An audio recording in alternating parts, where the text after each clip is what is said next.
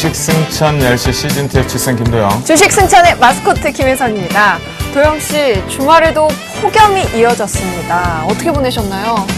일단 지난주 같은 경우에는 네. 기업 탐방 갔다 오느라고 좀 정신이 좀 없었고요. 거의 역시나. 차에서 시간을 좀 보내지 않나 싶습니다. 열대야 부분 때문에 네. 잠을 저도 역시 좀 많이 설치긴 했었던 주말 그렇네요. 같아요. 근데 한 주 사이에 더 멋있어지셨는데요? 뭔가 헤어스타일도 바뀌시고요. 네, 하도 더워가지고요. 머리를 만지지 않는 방법이 뭐가 없을까 네. 하다가 헤어 디자이너하고 담당 디자이너하고 해가지고 네. 안 만지는 방법으로 일단 커트를 했습니다. 시원해 보이십니다. 좋네요. 네. 오늘 장도 이렇게 시원하게 한번 점검해보고 저희 넘어가도록 하겠습니다. 오늘 유가증권 시장은요, 외국인이 4일 연속 순매수했지만 이 소폭 하락했습니다. 아무래도 양적 완화 축소 관련 이슈가 재부각되면서 이 관망세가 좀 짙어진 모습인데요. 오늘 코스피 지수는요, 전거래일 대비 2.47포인트 하락한 1917선에서 종가 기록했고요.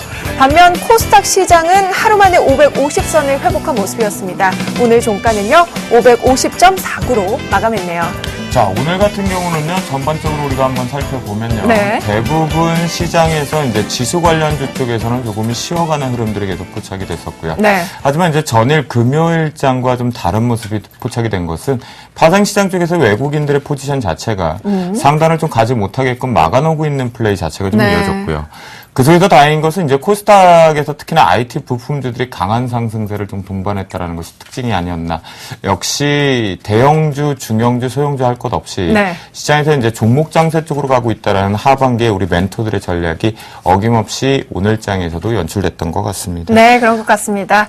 또 오늘 이런 시장에 대해서 저희 자세하게 분석해 주실 멘토분들 모셨습니다. 네, 나무는 멘토 그리고 정지현 멘토입니다. 안녕하세요. 안녕하십니까.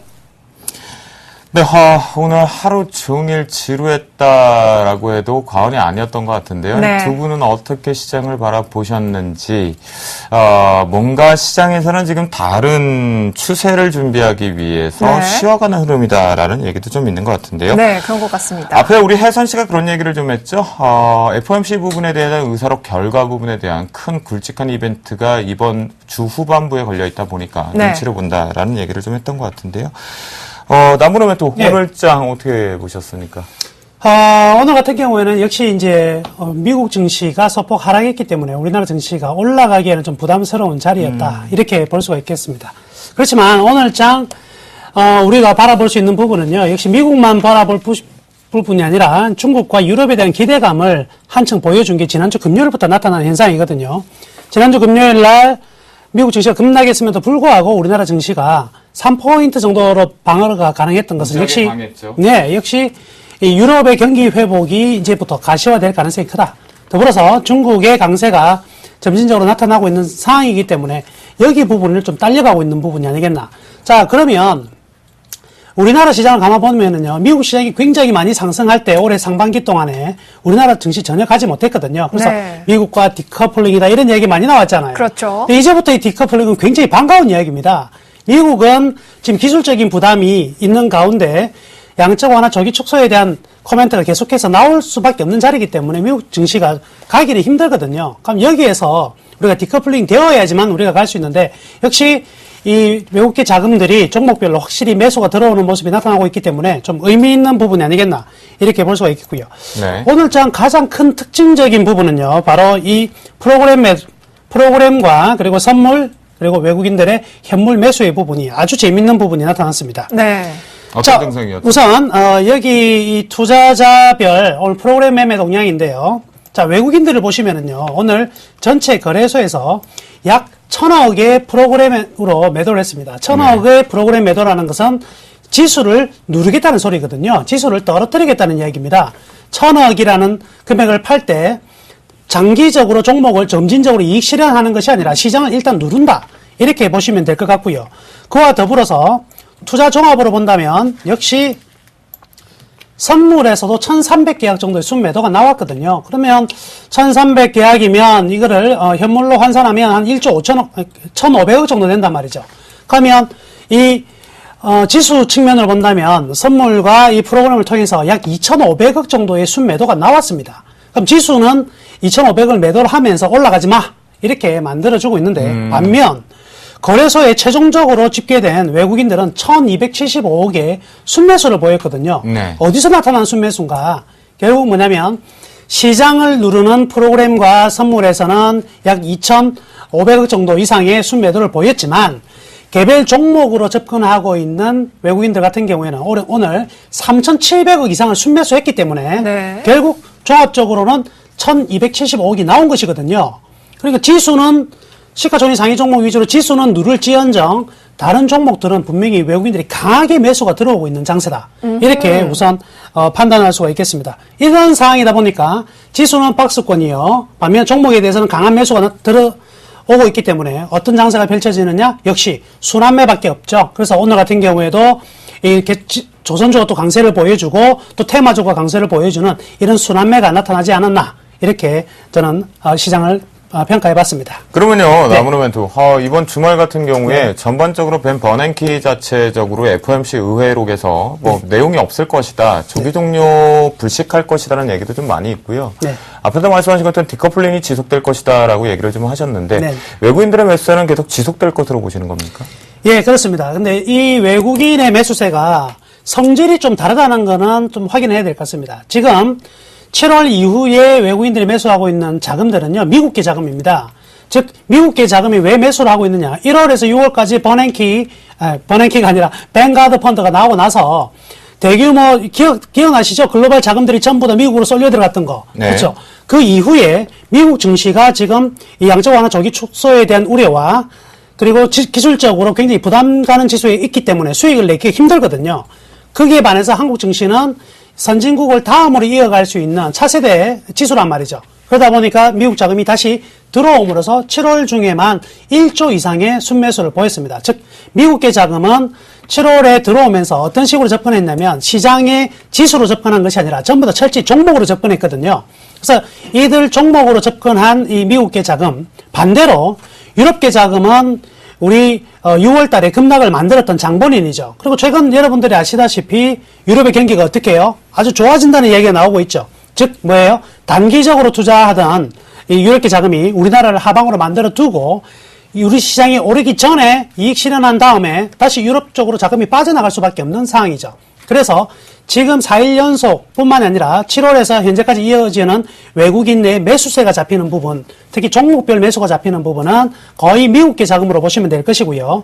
오늘처럼 프로그램에서 1,000억, 그리고 선물을 이용한 매도, 이런 부분은요, 거의 유럽계 자금의 흐름이다. 이렇게 보시면 되겠네요. 그래서 외국인이라고 해서 다 똑같은 게 아니고요. 지금은 스파게티도 있고, 그죠? 예, 피자도 있고, 종류대로 다 있다. 이거죠. 네네. 예, 이런 측면에서 우리가 바라봐야 될 부분은 단기적인 역할은 역시 유럽계가 많이 하겠지만 장기적인 우리의 수익률을 만들어줄 수 있는 것은 역시 미국계 자금이다. 즉 현재 외국인들이 오늘 같은 경우에도 매수에 가담하고 있는 외국인들의 종목에서는 잘 보셔야 될 것 같습니다. 네. 네, 오늘 같은 경우는 나무노멘토 같은 경우는 여전히 지수 자체적으로 박스권을 만들고는 있지만 전반적으로 이제 외국인들의 개별 종목 장세 쪽으로 좀 들어오는 거, 저희가 이슈앤토크 부분에서 네. 전반적으로 이제 종목군들 한번 다시 한번 살펴보겠고요. 네. 일단 외국인들의 수급적인 동향으로 봤을 때는 전반적으로는 한 3천억대 이상의 매수세가 유입됐다. 그렇기 때문에 긍정으로 좀 보던 시각이었다라는 것을 나우노멘토를 통해서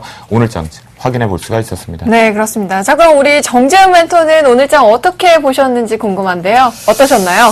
예, 오늘 시장 상당히 좀 지루한 그런 하루가 아니었나라는 좀 생각을 해봅니다. 네. 일단 외국인 쪽에서는 매수를 해주는 그런 모습들이 나타났지만 반대로 기관 쪽에서는 좀 매도가 나왔습니다. 결국 종목별에 대한 흐름들은 좀 지속이 되고 있다라고 좀 보셔도 좋을 것 같은데요. 지금 화면을 좀 보시게 된다면 거래소 지수입니다. 거래소 지수를 보시게 된다면 거래 대금이 좀 보이실 겁니다. 거래 대금이 상당히 미약한 이런 흐름들이 확대해서 보여주시겠습니까? 지금 현재 확대를 조금 해서 보게 된다면 거래 대금이 상당히 좀 부족합니다. 오늘 같은 경우도 3조 원을 거의 넘어가는 그런 수준이 좀 나타났는데요. 일단 이런 흐름들 속에서는 시장에 대해서 탄력적으로 좀 움직이기는 힘들지 않을까라고 좀 생각을 하고 있습니다. 왜냐하면 과거의 흐름들을 좀 보게 된다면 적어도 6조 원 이상씩 거래 대금이 좀 펼쳐졌을 때, 이때 거래 대금이 좀 나와줬을 때 탄력적으로 시장 좀 움직였었습니다. 그렇지만 최근에 이 흐름들을 좀 보게 된다면 상당히 거래 대금이 4조 원도 간당간당하게 좀 넘어서는 그런 모습들이 나타나고 있습니다. 그렇기 네. 때문에 대형주 쪽에서도 어느 정도 탄력적으로 움직이고 있는 그런 모습들이지만 이제는 어느 정도 한계치에 좀 다다른 게 아닌가라고 좀 생각할 필요성이 있다라고 좀 말씀을 드리고 싶습니다. 반면에 개별성 종목군들 같은 경우는 좀 탄력적으로 움직이고 그런 흐름들이 지속적으로 좀 순환이 되는 그런 모습들이 좀 전개가 되고 있는 상황들인데요. 향후에도 이런 모습들은 지속적으로 좀 전개가 될 것이다라고 좀 보시는 것이 좋겠다라고 좀 말씀을 드리도록 하겠습니다. 네, 지금 전반적으로 지금 살펴보면요. 네. 정전 멘토 같은 경우는 지금 거래 대금의 문제를 언급하고 있는 것 같습니다. 네. 시장에 좀 뭔가가 비어있다라는 생각이 좀 드니까요. 그럼요, 정전 멘토. 오늘장 같은 경우에 시장의 특징적인 테마군들이 혹시 있었으면 업종 같은 거 좀 살펴주시죠. 예, 일단 뭐니 해도 좀 보게 된다면 DMG 관련주 뭐 이런 얘기들이 하면서 뭐 급등이 좀 나왔습니다. 뭐 이화 공영이라든가 뭐 이런 종목군들이 상한가를 좀 기록하는 모습들이 나타났었고요. 네. 또 한 부분들을 보게 된다면은 뭐 결제 관련주들 KG 이니시스라든가 이런 종목군도 좀 급등이 나왔습니다. 근데 여기에서 일단 다 중요한 부분들이지만 지금 제가 눈여겨보고 있는 부분들은 2차전지 관련주 쪽을 좀 보고 있는데요. 오늘 일단 브레이크를 좀 걸어주는 그런 모습들이 좀 전개가 됐습니다. 뭐 일진 머티리얼즈라든가 PN텔이라든가 이런 종목군들이 어느 정도 이 브레이크를 좀 걸어주고 있는 그런 모습들이 나타나고 있는 상황들이고요. 수급적인 측면으로 놓고 봤을 때도 네. 이탈되는 그런 모습들은 나타나고 있지 않습니다. 그렇기 때문에 향후에 이제 브레이크 이후에 어느 정도 추가적인 상승 시도가 나올 거냐 아니면 박스권으로 회귀를 할 것이냐 이 부분들을 한번 살펴보게 된다면 좋은 일단 트레이딩 혹은 매매 전략이 좀 되지 않을까라고 좀 생각을 하고 있습니다. 그러면요, 그 얘기면 정전 멘토. 지금 2차 전지 같은 경우에는 절대로 지난번에도 이제 하반기에 주도 섹터가 될 것이다라고 얘기를 하셨거든요. 네.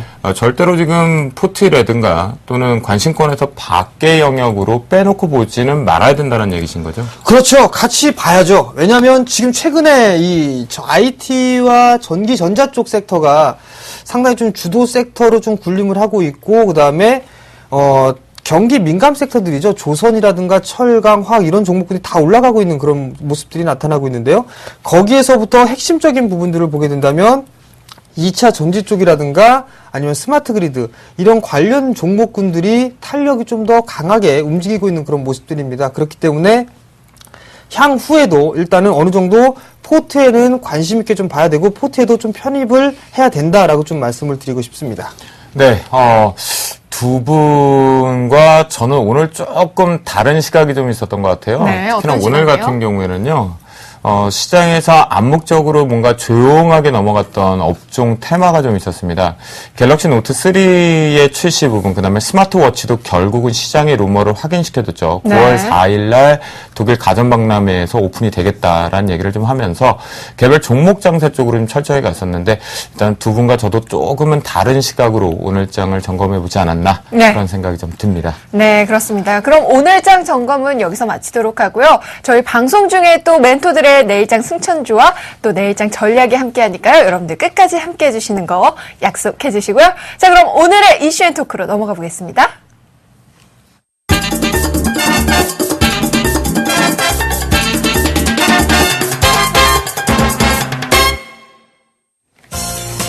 오늘장에서는요, 코스피가 미국의 출구 전략 우려 속에도 1900선 지지력을 확보한 가운데 글로벌 경기의 회복 흐름을 등에 업고 상승세를 이어갈지 주목되고 있습니다. 이번 주 증권사 추천 종목으로는 경기 민감주를 비롯한 실적 개선주들이 주로 이름을 올리고 있는데요. 과연 경기 민감주 중에서도 어떤 종목이 주목받고 있는지 자세히 살펴보겠습니다. 두 번째 이슈입니다. 국내 증시는 19일 지수 1930선을 저항으로 단기 변동성 국면에 진입한 가운데 오늘은 코스닥 지수가 상승 전환되면서 단기 대응 전략이 유효할 것으로 전망되는데요. 구체적으로 어떤 전략을 세워야 할지 함께 이야기 나눠볼게요. 그래요. 이제 시장이 전반적으로 좀 내성이 다져졌다라고 볼 수가 있겠죠. 네. 출구 전략 부분에 대해서 이제 주말에 긴급 속보들이 좀 타질이 좀 됐었습니다. 네. 이번에 내용이 없을 것이다. 그다음에 바로 9월에 시행은 되지 않을 것이다. 라는 얘기가 미국 쪽에서 먼저 좀 빠르게 좀 대응이 되었었고요. 네. 특히나 우리나라 증시를 비롯한 아시아 증시 같은 경우에 오후장 부근에서 다시 한번 플러스권으로 돌아서는 장세들이 그렇죠. 상당히 강하게 좀 지속이 됐었는데요. 자, 이 말인즉슨 결국은 전 세계 증시가 경제 모멘텀이라는 필두로 좀 봤을 때 회복 기대감이 좀 있다라고 볼 수가 있겠거든요. 네. 정재원 멘토, 네. 전 세계의 경제 회복이 기대가 되고 있는 지표들이 많이 나오거든요. 이 부분 계속 지속될 것으로 보십니까? 예, 우선 이 지속이 되지 않겠나라고 좀 조심스럽게 생각을 하고 있습니다. 왜냐하면 지금 이제 미국은 어느 정도 회복을 했기 때문에 이제 탈출할 시기를 좀 논하고 있는 그런 상황들이고요. 지금 이제 유럽 같은 경우도 양호한 그런 모습들이 나타나고 있고 거기에 따라서 중국도 양호한 그런 모습들이 나타났습니다. 근데 지금 이제 우리나라 시장의 흐름들을 좀 보게 된다면 어느 정도 내성을 키웠느냐, 일단 경기 민감 섹터들이 상당히 좀 탄력적으로 움직이고 있다라는 부분들, 여기에 좀 코멘트를 좀 달아보고 싶은데요. 일단 화면을 좀 보시게 된다면 고객 예탁금 그리고 신용융자의 보실 수가 있을 것 같은데요. 고객 예탁금이나 일단 고객 예탁금 같은 부분들을 좀 보게 되면 별다른 그런 이 증가가 되는 모습들이 나타나고 있지 않습니다. 반면에 신용융자는 점차적으로 이제 다시 또 증가가 되고 있다라고 좀 보셔도 좋을 것 같거든요. 이런 모습들을 놓고 봤을 때는 지금 이제 시장의 질이 그렇게 썩 좋지는 않다라고 좀 판단을 하고 있습니다. 네. 지금 현재 경기 민감 섹터를 좀 그 상승했던 부분들을 좀 보게 된다면은 다음 화면을 보시게 된다면 국가별 수입 비중 현황을 좀 보실 수가 있을 것 같은데요. 중국이 진짜 점차적으로 지표가 개선되면서 살아나고 있는 그런 모습들이 전개가 되고 있다라고 보셔야 될 것 같습니다. 근데 여기에서 우리나라 경기 민감 섹터가 상승을 해주는 그런 요인들을 좀 살펴보게 되면 지금 한국 쪽에서 약 10% 가까이 상승을 해주고 있다. 그 수출 비중을 좀 차지를 하고 있는 그런 모습들이거든요. 이 부분들 때문에 우리나라 경기 민감 섹터가 상승을 하고 있다라고 좀 보셔도 좋을 것 같습니다. 다음 화면을 좀 보시게 된다면 원자재의 동향이거든요. 지금 바닥을 다지고 나서 이제 원자재 가격도 상승을 하니까 경기에 대한 회복이 점차적으로 가시화되는 게 아니냐라는 기대감들이 형성이 되고 있습니다. 네. 지금 이제 철근 가격이라든가 구리 가격 같은 경우는 경기에 상당히 좀 예민하게 좀 반응을 하고 있는 부분들인데요. 구리 가격도 바닥을 치고 나서 상승을 해주고 있는 그런 모습들이 전개가 되고요. 그 다음 화면을 좀 보시게 된다면 지금 천연 고무나 아니면 화학 제품 가격들도 어느 정도 이제 상승을 시도를 하고 있는 그런 상황들입니다. 결국 이러한 부분들 때문에 경기 민감 섹터가 상승을 했다라고 좀 보셔야 될 것 같습니다. 근데 여기에서 좀 보게 된다면 외국인 쪽하고 기관 쪽하고 과연 누가 매수를 했느냐 이 부분들을 좀 따져봐야 될 것 같아요. 네, 그렇죠. 그러니까요. 다음 화면을 좀 보시게 된다면 기관 쪽에서의 업종별 매매를 좀 보시게 된다면 거의 지금 이제 기관 쪽에서는 서비스업이라든가 화학 기계 쪽 섹터에 많이 포진이 돼 있습니다. 네. 즉 경기 민감 섹터에 많이 좀 편입이 돼 있다라고 좀 보셔도 좋을 것 같거든요. 반면에 전기전자 같은 경우는 상당히 매도를 좀 많이 했습니다. 이런 모습들을 놓고 봤을 때 한 가지 좀 의문이 되는 부분들은 과거에서도 어느 정도 이 경기 민감 섹터들이 기관 쪽에서 쌍끌이 좀 매수를 해준 적이 있었거든요. 결국은 손절을 하고 나갔습니다. 왜냐하면 아직까지는 좀 이르다라는 판단 때문에 매도가 좀 나와주는 그런 모습들이 좀 전개가 됐거든요. 근데 과연 이번에는 맞는가 이 부분들 좀 살펴봐야 될 것 같습니다. 다음 화면을 좀 보시게 되면은요. 업종별 2분기 실적을 좀 보실 수가 있을 겁니다. 근데 지금 이 화면들을 좀 보시게 된다면 기관 쪽에서 매수를 해주고 있는 이 섹터들 같은 경우는 실적이 그다지 썩 좋지가 않습니다. 말 그대로 기대감에 의해서 좀 상승을 하고 있는 그런 모습들의 종목군들이 좀 많다라고 좀 보셔도 좋을 것 같거든요. 왜냐하면 하드웨어 쪽이나 통신 서비스, 소프트웨어, 디스플레이 대부분 전기 전자 쪽 섹터입니다. 근데 기관 쪽 같은 경우는 전기 전자 쪽 섹터를 매도를 했다라는 부분들, 그런 부분들을 보게 된다면 기관 쪽 같은 경우는 어느 정도 트레이딩 관점으로 좀 보고 있는 게 아닌가라고 좀 생각을 해볼 수가 있을 것 최근에 같습니다. 보험하고 연기금 같은 경우 매도가 좀 나왔었죠. 그렇죠. 그런 모습들로 놓고 봤을 때는 어느 정도 이 단기적인, 중장기적인 포지션이 아니라 단기적인 트레이딩 관점으로 하는 게 아닌가라고 좀 생각을 해볼 수가 있을 것 같습니다. 다음 화면을 보시게 된다면요. 업종별 예상 PER을 좀 보실 수가 있을 것 같은데요. 지금 현재 흐름들을 좀 보시게 된다면 이게 상당히 중요합니다. 제가 지표를 가지면서 얘기를 하는 것 같은데요. 이게 아쥐가 맞아 떨어지고 있거든요. 2013년도나 2014년도에 예상 PER을 좀 보게 된다면 네. 기관 쪽에서 매수를 해주고 있는 섹터가 전부 다 고 PER 종목입니다. 실적이 잘 나오는 섹터가 없습니다. 다만 좀 괜찮다라고 싶은 종목군들은 유틸리티라든가 기계 쪽밖에 없다라고 좀 말씀드리고 싶거든요.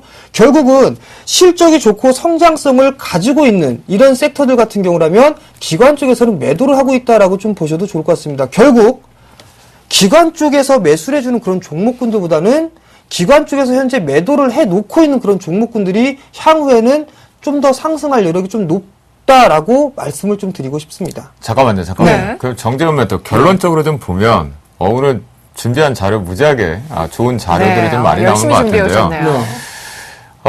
그러니까 기관이 매도하고 있는 종목군이 사실은 하반기뿐만 아니라 내년도 장세 쪽으로 간다 보면 오히려 성장성이 더 높다라고 지금 판단을 해야 된다는 거잖아요. 네.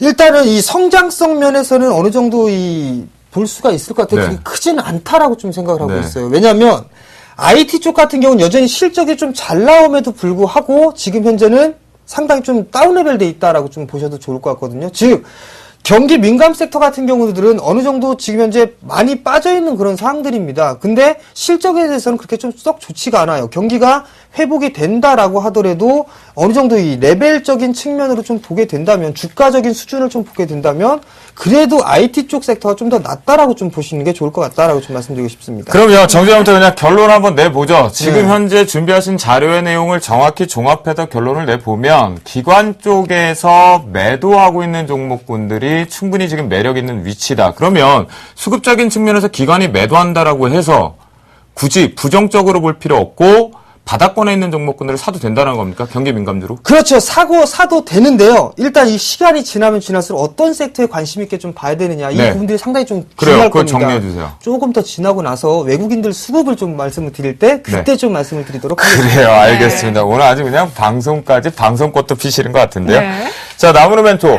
앞에서 이제 우리가 전반적으로 경기의 회복세, 전 세계 네. 증시의 회복세를 다시 한번 좀 가늠해 볼 수 있는데 네. 그 부분과 함께 남은 멘토는 이제 미국발 네. 조기 종료 가능성 같이 한번 믹싱해서 한번 들어볼까요? 예, 우선 미국 이야기 안 할 수가 없습니다. 미국 양적 완화 조기 종료 가능성 21일 날 주택 판매 지수가 나오는데 하나의 기폭제가 될 가능성이 많죠.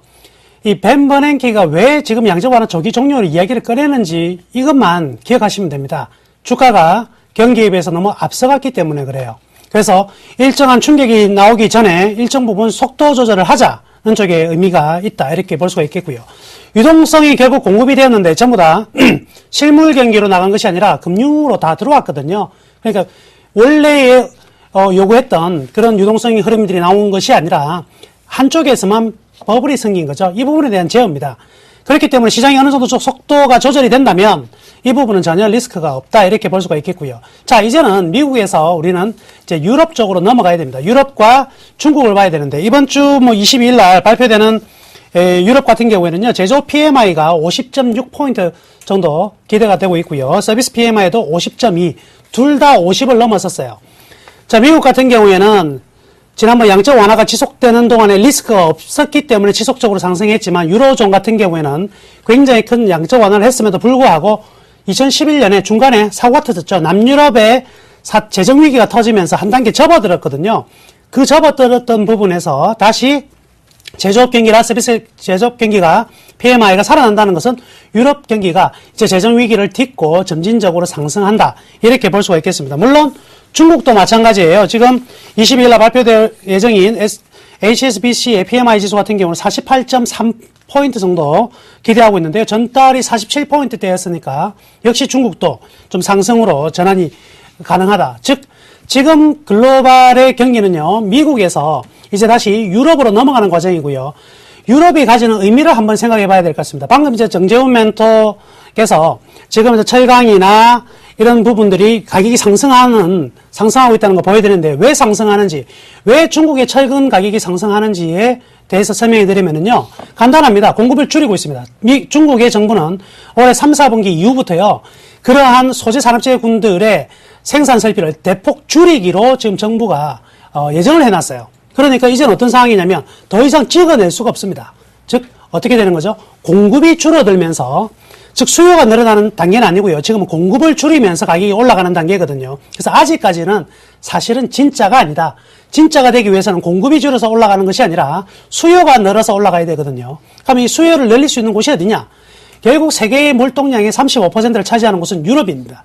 미국은 GDP가 30%를 차지하지만 물동량은 유럽이 차지하거든요. 즉 유럽의 PMI 지수가 올라가면 글로벌 전체적인 파이가 커지는 부분이죠. 그래서 사실은 미국보다 유럽이 훨씬 더 경제가 회복되는데 우리나라한테 큰 도움이 된다. 이렇게 우선 말씀해 드리도록 하겠습니다. 그럼 결국은 지금 말씀하신 내용의 요지는 각 나라별로의 지금 경제 성장에 대한 선행 지표로 보시는 뭐 제조업 지수라든가 PMI, 구매 관리 지수 등과 같이 네. 선행 지표들이 우상향적으로 나와서인데 네. 유럽 쪽에 상당히 많이 쏠려 있다라는 겁니까? 예, 그렇습니다. 현재는 네. 최고 관심을 둬야 될 시장은 역시 유럽이다. 유럽이 전 세계 물동량의 35% 이상을 차지하고 있기 때문에 실질적인 원자재나 이런 소재 산업재군들의 가장 큰 영향력은요, 유럽에서 보일 가능성이 가장 많습니다. 그래서 현재 뭐 유럽 관련 소재 산업재군들이 좀 상승하고 있다. 이렇게 판단을 해볼 수도 있을 것 같아요. 그러면요, 나무노멘토 지금 얘기를 좀 들어보면 네. 전반적으로 이제 유럽과 관련된 종목군들로 포트를 다시 재구성해야 되는 거 아닙니까? 예, 그렇습니다.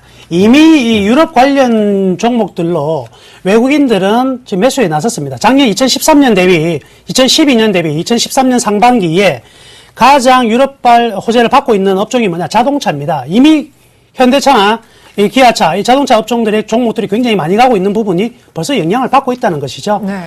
두 번째가 이제 디스플레이와 휴대폰 쪽이거든요. 아직은 좀 더딘 시장일지라도 이 부분도 유럽의 회복세에 굉장히 민감할 것이고요. 그 다음 플라스틱이나 화학 쪽입니다. 그래서 이 부분까지 현재는 앞으로 지금 이 외국인들은 선취매에 들어가 있는 부분도 분명히 존재한다. 이렇게 판단해야 될 것 같습니다.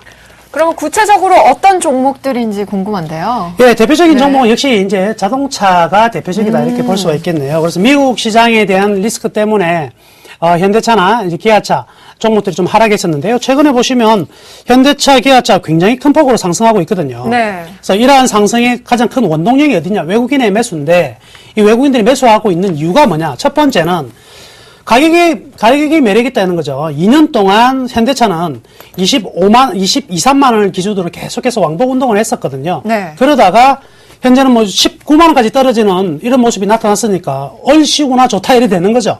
거기에다가 유럽에 대한 이제 탄성 계수가 굉장히 높습니다. 유럽의 경기의 회복과 이 현대차 그룹의 탄성 계수가 굉장히 높기 때문에 유럽 경기가 조금만 회복되더라도 이 레버리지 효과가 수익이 확실히 드러나거든요. 그래서 현대차 그룹의 어떤 강세는요, 유럽에 기인한다. 이렇게 볼 수가 있을 것 같고요. 유럽 경기가 계속적으로 회복한다면 현대차 그룹 종목들 계속적으로 상승 추세가 유지될 가능성이 크다. 이렇게 저는 판단하고 있습니다. 근데요, 이 현대차 노조 파업이 기정사실화될 것으로 시장이 예측하고 있는데 앞으로 상승 여력 있을까요? 계속 이어질 수 있을까요? 예, 뭐 사실은요, 단 한 번도요, 현대차의 파업으로 있잖아요. 주가 추세가 꺾인 적은 없습니다. 항상 순간적인 충격은 있었지만 네. 결국에는 상승으로 올라가는데요. 제가 현대 모비스 출신이잖아요. 그래서 네. 제가 부사대로 현대 본사 앞에서요, 저도 으쌰으쌰 많이 했습니다.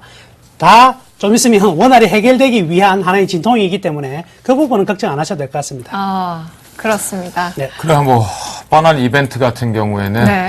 단기적인 불확실성 해소로 받아들여도 된다라는 나무노멘토의 특히나 좀 유럽 쪽으로의 경기 회복세가 자금 플로우가 좀 그쪽으로 이동되는 것이 아닌가라는 생각을 좀 갖게 되는데요. 네. 여러분, 지금부터라도 나무노멘토의 멘토링을 들어보면, 유럽과 관련된 종목군들, 섹터들 집중해서 봐야 되지 않을까라는 생각이 좀 들고요.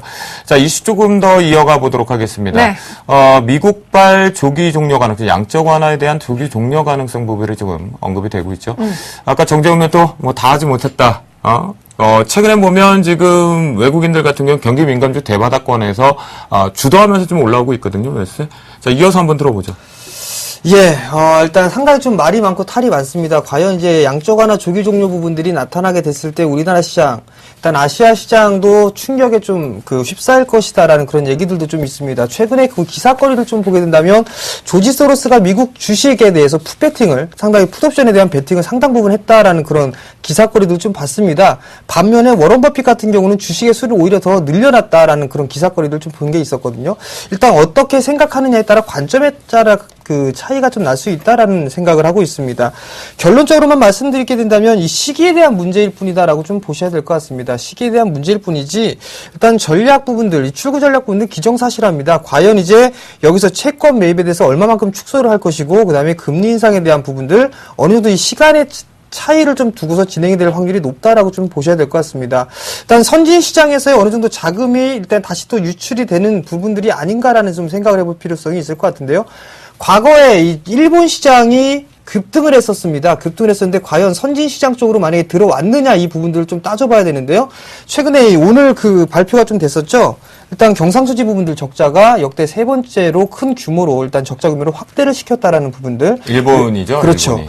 그 부분들을 좀 놓고 봤을 때 외국인 쪽 같은 경우는 투자를 그렇게 많이 하고 할 생각이 없다라는 그 표현까지 하고 있습니다. 그렇다면 과연 이 자금들이 어디로 이동을 했느냐라는 부분들을 좀 생각해 볼 필요성이 있습니다. 자, 화면을 좀 보시게 된다면 8월 이후에 글로벌 증시의 흐름을 좀 보시게 된다면 선진 시장 같은 경우는 상당히 좀 많이 밀려 내려오는 그런 모습들이 나타났습니다. 신흥국 쪽에서도 인도 쪽이나 대만 쪽 같은 경우는 일부 좀 하락을 하는 그런 모습들이 나타나는데요. 우리나라 시장 같은 경우는 2%, 즉, 지난주 같은 경우는 2%대의 상승률을 좀 기록을 했다라고 좀 보셔야 될 것 같습니다. 즉, 선진 시장과는 좀 다른 모습들이 서서히 좀 나타나고 있다라고 좀 보셔도 좋을 것 같거든요. 이머징 마켓 시장 쪽이 상당히 돋보이죠. 그렇죠. 이머징 시장이 상당히 좀 돋보이는데요. 이 다음 화면을 좀 보시게 된다면은요. 주요 이머징 국가의 외국인 매매를 좀 보시게 된다면 지금 이제 신흥국 쪽 같은 경우 인도나 인도네시아, 필리핀이나 태국 이런 나라들 같은 경우라면 오히려 매도가 좀 나와주고 유출이 되고 있는 그런 부분들인데요. 한국이나 대만 시장 같은 경우는 오히려 늘어나고 있다라는 얘기입니다. 여기에서 한 부분을 좀 보게 생각해 볼 필요성이 있는데요. 과연 왜 한국과 대만만 외국인 쪽에서 매수를 해줄까라는 부분들. 기술력에 있어서는 거 그렇죠. IT 쪽에 상당히 좀 강한 그런 네. 모습들이 있죠. 그 부분들 때문에 아닌가라고 좀 생각을 해볼 수가 있을 것 같습니다. 다음 화면을 좀 보시게 된다면 외국인 분기별 매매입니다. 결국 지금 현재 한국과 대만 쪽에서는 3분기 때에 눈에 띄게 외국인 쪽에서 매수세가 유입이 되고 있다라는 얘기. 즉, 아하. 지금 이제 특별한 특정 국가에만 매수가 유입이 되고 있다라는 얘기입니다. 그렇다면 과연 외국인 쪽에서는 어떤 종목군들, 특히나 우리나라 시장에서 어떤 섹터들, 어떤 업종들을 매수를 했느냐 이 부분들을 체크를 해봐야 될 것 같은데요. 그렇죠. 바로 다음 화면을 보시게 된다면 전기 전자 쪽만 독식을 하고 있다라고 좀 보셔야 될 것 같습니다. 결국 제가 말씀드리고 싶은 부분들은 네. 지금 현재 경기 민감 섹터들이 반등이 나와주고 있는 그런 부분들은 단기적인 추세로 살아날 수 있을지 모르겠습니다만 외국인 쪽에서 매수를 해주고 있는 전기 전자 섹터들의 종목군들이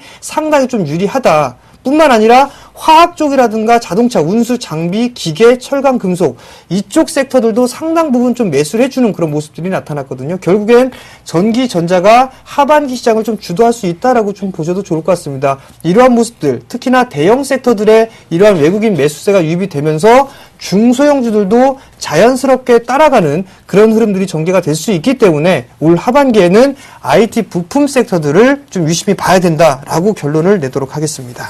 그러면요, 증시의 이 추가 상승 가능성과 투자 전략은 어떻게 보시나요? 참 안타깝게도 지수에 대해서는 너무 높게 보고 있지는 않습니다. 다만, 지금 현재의 흐름들을 좀 보게 된다면, 지수에 대해서는 어느 정도 박스권역의 진행이 좀 될 확률이 높다라고 좀 보고 있습니다. 다만 종목별에 대한 흐름들은 지속적으로 전개가 될 것이다. 즉 순환매가 지속적으로 좀 나타날 것이고요. 업종별, 종목별로 대장주가 탄생이 될 것이다라고 좀 보셔도 좋을 것 같습니다. 최근의 흐름들을 좀 보더라도 삼성 SDI나 효성 이런 종목군들만 보면 답이 나왔다라고 좀 보셔야 될 것 같습니다. 자, 네. 그러면 정재현 멘토의 얘기를 좀 들어보면요. 한국과 대만 쪽이 상당히 집중적이 되어 있는 건 우리 시청자분들 잘 알고 계실 겁니다. 전기전자이죠. 아무래도. 특히나 뭐 애플의 영향이 한국 증시와 대만 증시는 항상 영향력이 상당히 커지고 있는 것 같은데. 네. 외국인들의 매수가 지속된다라는 부분은 긍정으로 지금 받아들일 수 있지만 정재현 멘토의 얘기를 들어보면 지수와는 관련이 없는 것 같아요. 종목별 장세 쪽으로 가는 것 같거든요. 네. 자, 앞에서 IT 부품주와 전기전자 대형주 쪽으로는 언급을 해주셨으니까 그 기타 부분 쪽에서 외국인들의 현재 공격적인 먹잇감이 되면서 들어오고 있는 종목군들은 또 어떤 건가요? 상세 하나 몇 가지씩 좀 살펴보시죠. 일단 대표적으로 좀 보게 된다면 뭐 삼성 SDI나 효성 같은 대형 섹터들을 좀 볼 수가 있을 것 같고요. 그다음에 코스닥 중소형 종목군들을 좀 보게 된다면 네. 서서히 이제 좀 관심을 갖고 보는 그런 섹터들입니다. 최근에 이 샘플러스의 문쌤이라고 해가지고 그 전문가 활동을 하고 있는 분이 계십니다. 근데 LMS를 상당히 좀 긍정적인 얘기들을 좀 많이 했었거든요. LMS 같은 종목군들 보면 거의 7% 가까이 좀 급등을 해주는 그런 모습들이 나타났습니다. 샘플러스의 뭔 셈이요? 멋쌤이죠. 누군지는 모르겠습니다. 누군지는 모르겠는데 상당히 종목에 대해서 발굴을 좀 상당히 좀 잘하는 것 같더라고요. 잠깐만요. 제가 지금 당황했는데 네. 제 얘기하시나요? 아니 모르겠습니다. 누군지는 모르겠고요. 와, 이거 뭐지? 네, 아무튼 네, 알겠습니다. 멀센인데요. 그래요. 네. 뭐죠? 그래요. IT 주쌤이었네요. 부품주 쪽에서 저를 지금 제가 지금 당황을 한 것 같은데, 순간 당황을 했는데요. 그러니까 IT 부품주 제가 오늘 장에서 상당히 특징적으로 좀 봤다라고 말씀을 좀 드렸던 이유가 좀 있어요. 네. 하반기에 분명히 1분기와 2분기에 탈락됐던 부분들에서 다시 한번 1분기에 갔다고 해서 이번에 3분기로 가는 게 아니고요. 패러다임 자체가 완전히 바뀌었습니다. 체질이 바뀌면서 좀 우상향하는 오늘 신고가 얘기를 LMS 얘기를 하시는데 어떻게 하셨지? 네, 그래요. LMS 같은 경우 신고가를 찍어내는 모습들. 여러분들께 제가 계속 강조해드리지만 2011년도 하반기와 2012년도 상반기가 이번에 다시 재현이 될 겁니다. 포트를 그렇게 짜셔야지만 좀 대박을 좀 내실 수 있지 않을까라는 생각이 들고요. 네. 자, 정재훈 멘토 그러면 자, 마지막으로 지금 외국인들의 매수가 지속되면서 초집중을 보고 있는 2차 전지 말고요. 다른 업종 중에 좀 보고 계시는 거 있나요? 우선적으로 좀 보게 된다면 전기 전자 쪽도 상당히 좀 많이 매수를 해주는 그런 모습들이 나타났었거든요. 근데 현재 화학 쪽이라든가 운수 장비 쪽에서도 꾸준하게 좀 매수를 해주고 있는 그런 모습들이 나타나고 있습니다. 철강 금속 쪽이나 기계 쪽도 매수를 해주는 그런 모습들이 전개가 되고 있다라고 좀 보셔도 좋을 것 같거든요. 그렇다면 경기가 좀 회복이 되는 그런 모습들이 나타나게 된다면 지금 현재 YG원 같은 종목군들 같은 경우도 상당히 좀 괜찮다라고 좀 보셔도 좋을 것 같습니다. 최근의 흐름들을 좀 보더라도 지금 현재 외국인 쪽 같은 경우 꾸준하게 좀 매수가 들어와 주고 있는 그런 모습들이지만 일단 화면을 좀 보시게 된다면 지금 현재 박스권역을 탈피를 하려고 해주는 그런 모습들이 좀 전개가 되고 있습니다. 연기금 쪽에서 꾸준하게 좀 매수를 해주고 있는 그런 모습들이 나타나고 있고요. 아이존도 기계 쪽으로 들어가잖아요. 그렇죠. 절삭공구 쪽에서는 우리나라 최고 시장 점유율 1위를 좀 기록을 하고 있고 세계 5위를 좀 기록을 네. 하고 있습니다. 뿐만 아니라 이스라엘 기업이죠. 이스카에서 어느 정도 지분 투자를 해서 파트너십 관계를 좀 맺고 있는 그런 상황들입니다. 수주잔고도 상당히 좀 많이 남아있는 그런 모습들이고 최근의 모습들을 보게 된다면 외국인 쪽에서 사거리를 좀 매수를 해주는 모습들이고 오늘 같은 경우 만주 정도 매도가 나와주는 그런 모습들이 전개가 됐지만 이런 종목군들이 향후에 좀 성장성은 좀 클 것이다라고 좀 보고 있습니다. 그렇기 때문에 지금 이제 이런 종목군들 눌림 시에는 한번 매수 포인트로 좀 잡아봐도 좋겠다라고 좀 말씀드리도록 하겠습니다. 자, 보셨죠? 네. 제가 콱 집어놨습니다. 정재훈 멘토 셜록 홈즈가요. 기계업종 쪽 잘 보자라는 얘기를 좀 하신 것 같거든요. 자, 기계업종 하면 타픽적으로 여러분들이 많이 알고 계신 건 두산인프로코일 것 같아요. 하지만 한국정밀기계라든가 또는 Y전, 이런 절삭공구 쪽, 네. 또 뭐 계양전기 등과 같이 이런 공구 쪽 관련된 종목군들 좀 자세히 봐야 되지 않을까라는 정재훈 멘토의 다른 생각을 좀 엿볼 수 있었고요. 네. 나훈아선생님, 오래 기다렸어요. 예. 외국인들 매수세 지속될 수 있다라고 계속 강조를 하고 계셨거든요.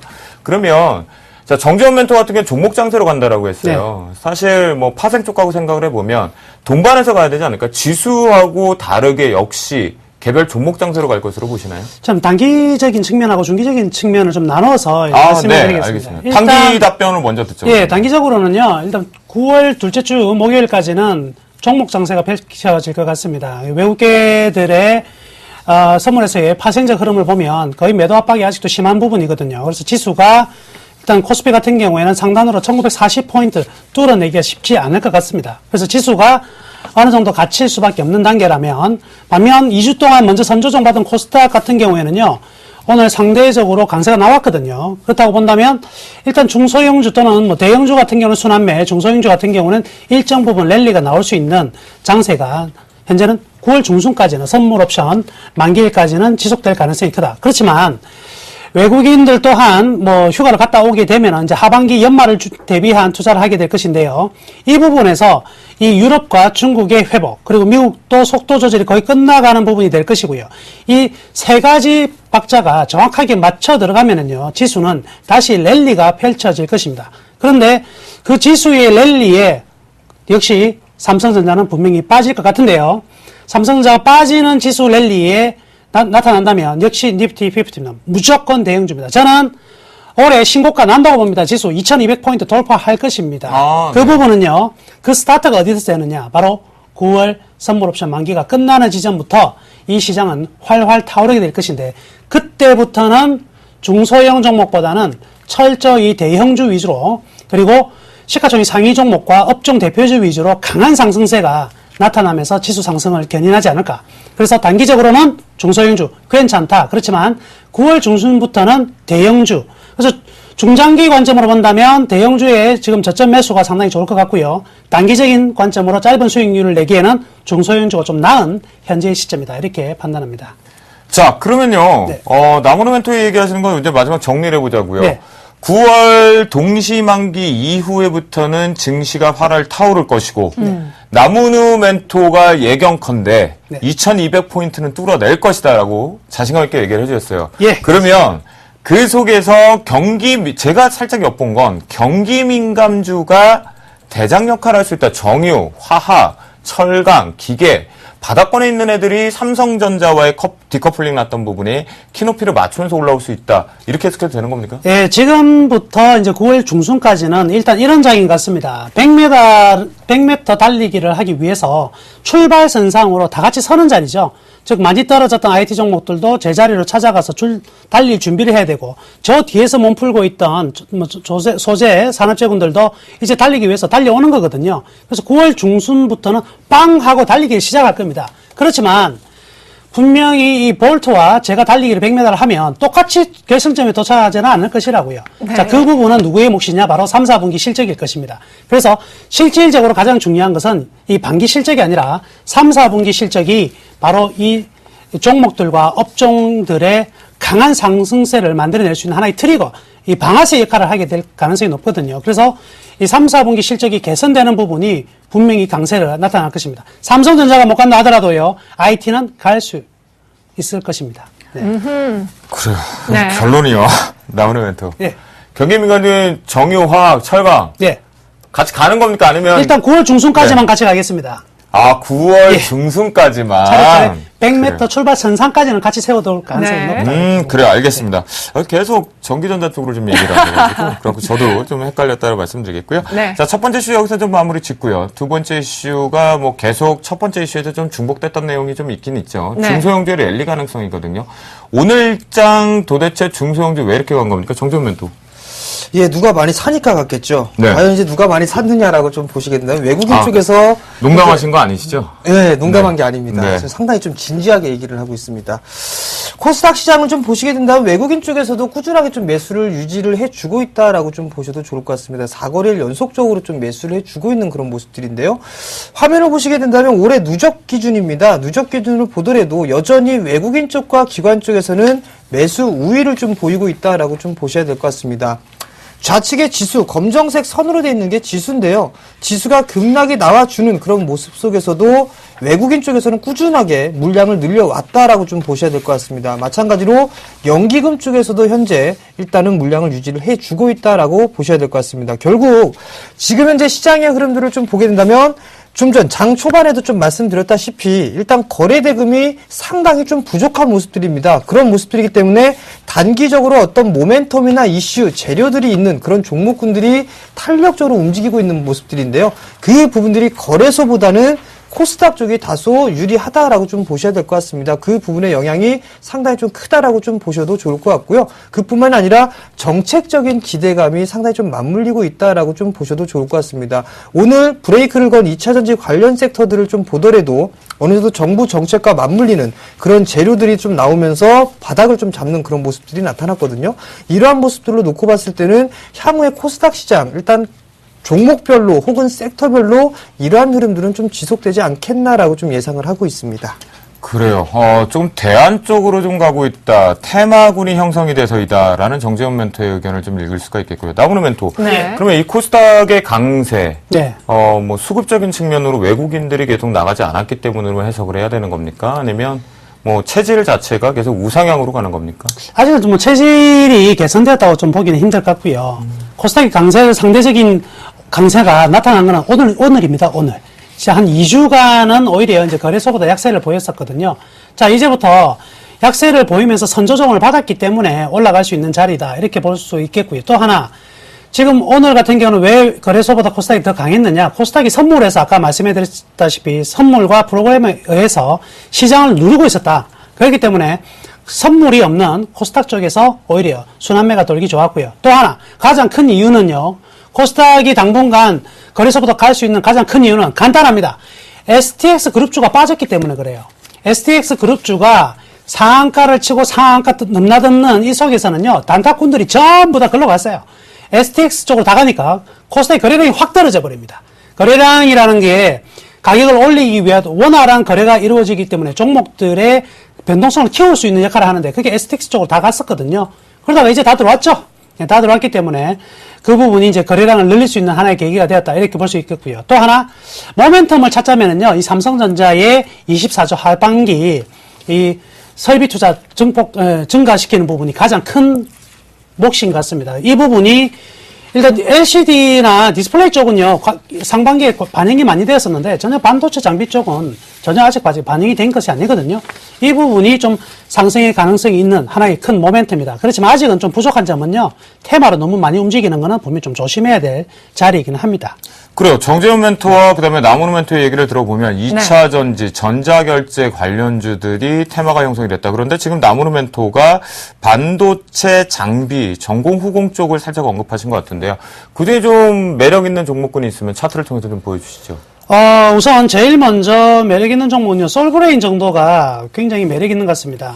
지금 추천이 좀 많이 나오고 있는 상태인데요. 주가를 보시면은 거의. 솔브레인이요? 예. 작년 11월 달부터 주가가 거의 움직임이 없는 상황이거든요. 거의 박스권에서 아직까지 거래량이 불어나지 않는 부분인데요. 삼성전자의 이 시향공장 투자가 들어가면 솔브레인은 역시 이 시가격 부분에서 매출이 늘어날 것이고요. 여기 또 하나, 두 가지를 다 가지고 있어요. 삼성전자의 반도체의 시가격 부분과 또 하나는 삼성 SDI의 전해액 부분을 같이 가지고 있거든요. 즉 2차 전지의 테마로도 되고 반도체 장비로서의 테마도 되는 종목이다 보니까 솔브레인 같은 종목들 꽤 관심 있게 보셔도 될 것 같고요. 그다음 K시텍 같은 종목도 상당히 좋을 것 같습니다. 상당 기간 좀 조정을 받고 있는 부분인데요. 이 반도체 부품 관련해서는 과거 대장주죠. 뭐 DI도 있었고 미래산업도 있었는데 그런 종목들이 거의 지금은 작전주 비슷하게 바뀌어버려가지고 종목의 본질 가치가 떨어지고 있는 부분인데요. 이 K시텍 같은 종목들도 상당히 좀 매력적인 종목이 될 가능성이 크다. 이렇게 말씀해 드리겠습니다. 네. 정재훈 멘토는 관심 가져야 할 섹터나 종목 어떤 것들 보시나요? 네, 여전히 뭐 2차전지 관련주 그리고 자동차 부품주다라고 좀 말씀을 좀 드리고 싶습니다. 일단 번외적인 종목군들 IT 부품 섹터들도 포함이 된다라고 좀 말씀을 드리고 싶은데요. 어느 정도 이 IT 쪽에서 파생이 되고 있는 그런 섹터들이 좀 유리하다라고 좀 보셔도 좋을 것 같습니다. 최근의 흐름들을 좀 보시게 된다면 일진 머티리얼즈를 좀 보시게 된다면은요. 지금 차트를 좀 보시게 된다면 어느 정도 이제 바닥을 좀 다지고 있는 그런 모습들이 좀 전개가 되고 있다라고 좀 보셔도 좋을 것 같습니다. 일단 박스권역의 모습이 좀 보이고 있다라고 좀 보셔도 좋을 것 같고요. 이제 앞으로 이 박스권역을 유지를 할 것이냐 아니면은 한 차례 더 눌러줄 것이냐 이 부분들만 남았다라고 좀 보셔도 좋을 것 같습니다. 수급적인 흐름들을 좀 보더라도 여전히 좀 견조한 그런 모습들이 좀 나타나고 있다라고 좀 보셔야 될 것 같습니다. 올 하반기에 대한 이슈 그리고 내년도까지의 이슈나 이런 부분들 모멘텀을 좀 놓고 봤을 때는 이런 종목군들 중기적으로도 어느 정도 추세적인 상승은 유지할 것이다 라고 좀 보고 있습니다. 네, 역시 하반기에 우리 정재훈 멘토 같은 경우는 2차 전지를 아주 사랑하고 계시는 것 같습니다. 네. 그래요. 첫 번째 이슈, 경기 민감주, 추가 상승 가능하다. 외국인들 출구 전략 부분에 우려할 필요 없다. 라는 정리를 좀 해봤고요. 또 코스닥 쪽에서도 테마군이 형성이 되고 있다. 그리고 하반기 자체에 3분기와 4분기 실적이 가미되는 뭐 2차 전지, 전기전자 부품주, 또다시 전자 결제 부분 이런 것도 언급이 좀 됐던 것 같습니다. 네, 그렇습니다. 그래 오늘 장 이슈앤토크 여기서 마무리 짓고 내일 장 승천주 살펴보러 가죠.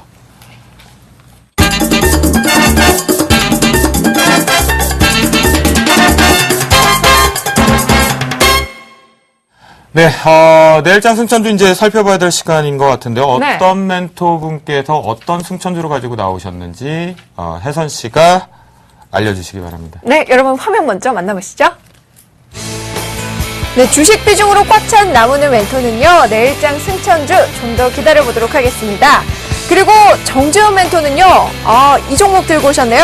나일론과 폴리에스터 하면 이 기업이죠. 화학섬유 제조의 강자입니다. 코오롱 머티리얼 들고 오셨습니다.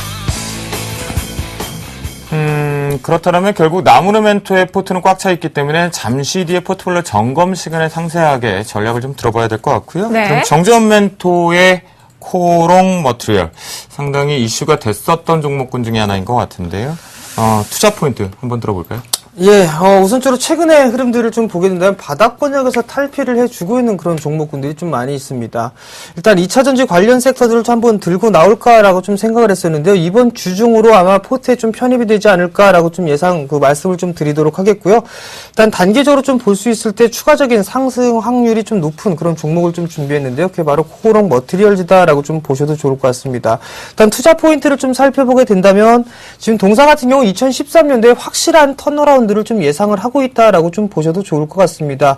지금 현재 이 최근의 흐름들을 좀 보시게 되면 원사 라일론 이런 라일론이나 이런 부분들을 많이 좀 생산을 하고 있는 그런 부분들인데요. 바로 이게 어느 정도 이 캠핑족 같은 부분들 좀 많이 보실 겁니다. 캠핑들 좀 많이 다니시고 하는데요. 저도 좀 다니고 있는데요. 그러한 부분들로 많이 활용이 좀 되고 있다라고 좀 보셔도 좋을 것 같습니다. 거기에 따라서 거의 이제 이 생산률, 가동률이나 이런 부분들이 거의 90%에 육박을 하고 있다라고 좀 보셔도 좋을 것 같습니다. 네. 뿐만 아니라 니트에 대한 원단, 이런 매출액들이 크게 좀 증가가 좀 되고 있다라고 좀 보셔도 좋을 것 같거든요. 결국에는 실적에 대한 증가가 꾸준하게 진행이 되고 있고, 턴어라운드와 가시화가 될 수 있고, 향후에 대한 성장성이 기대가 되고 있는 그런 종목군들이라면 앞으로 향후에도 좀 관심 있게 좀 봐야 된다라고 좀 말씀을 드리고 싶습니다. 뿐만 아니라 이제 업황에 대해서 개선이 되고 있고 소비가 촉진이 되는 그런 시기가 점차적으로 좀 다가오게 된다면 이 동사 같은 경우도 점차적으로 좀 관심을 좀 받을 수 있다라고 좀 보셔야 될 것 같고요. 일단 양호한 수급들까지도 보게 된다면 좀 더 투자를 할 만한 혹은 트레이딩을 할 만한 이 메리트가 좀 더 느껴질 수 있다라고 좀 보셔야 될 것 같습니다. 그래요? 그러면 수급이 양호하다라고 얘기하셨는데 화면을 통해서 수급 좀 보여주시죠. 네. 자, 일단 이 일별 수급을 한번 좀 보도록 하겠습니다. 자, 코오롱 머티리얼즈 좀 화면을 보시게 된다면 기관 쪽에서의 꾸준한 매수세가 좀 유입이 되고 있는 그런 모습들입니다. 상당히 좀 공격적으로 매수를 해주고 있다라고 좀 보셔도 좋을 것 같습니다. 근데 여기에서 공격적으로 좀 매수가 되는 부분들이 뭔가라고 좀 살펴볼 필요성이 있을 것 같은데요. 빨간 게 많으면 공격적인 매수가 많이 들어오고 있다라고 좀 보셔도 좋을 것 같습니다. 뿐만 아니라 매도가 별로 없고 매수가 많다. 이런 얘기를 한다면 공격적이다라고 좀 보셔도 좋을 것 같습니다. 특징적으로 보니까 최근에 코스닥 쪽 관련되고 코스피 관련돼서 중소형주 같은 경우는 보험 창구 매도가 상당히 컸는데 동사 같은 경우는 보험 창구의 매수가 꾸준하게 유입되고 있네요.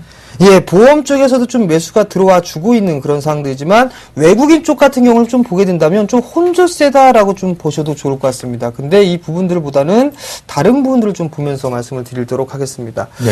자, 추세적인 흐름들, 이 수량들을 좀 보게 된다면 외국인 쪽 같은 경우도 서서히 물량을 늘리고 있다라고 좀 보셔야 될 것 같습니다. 최근에 상승을 했던 부분들, 즉 검정색 선이 기관의 보유 수량인데요. 최근에 상승을 이뤘던 부분들은 기관 쪽에서 좀 강하게 매수를 해주는 그런 영향이었다라고 좀 보셔도 좋을 것 같습니다. 즉 1차 상승 때는 외국인 쪽에서 어느 정도 매수를 해줬고 그 다음에 이어서 기관 쪽에서 매수를 해주고 있다라고 좀 보셔도 좋을 것 같거든요. 그렇다면 결국 기관과 외국인들이 함께 좀 매수를 해주는 그런 모습들이 나타나게 된다면 주가 수준은 좀 더 탄력적으로 움직일 수 있다라고 좀 보셔야 될 것 같습니다. 네. 그럼 이제 가장 중요한 거죠.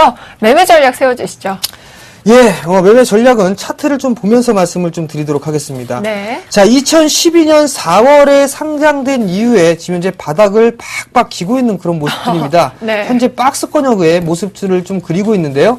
여기에서 하나를 좀 띄워놓고 보도록 하겠습니다. 바로 매물대 차트입니다.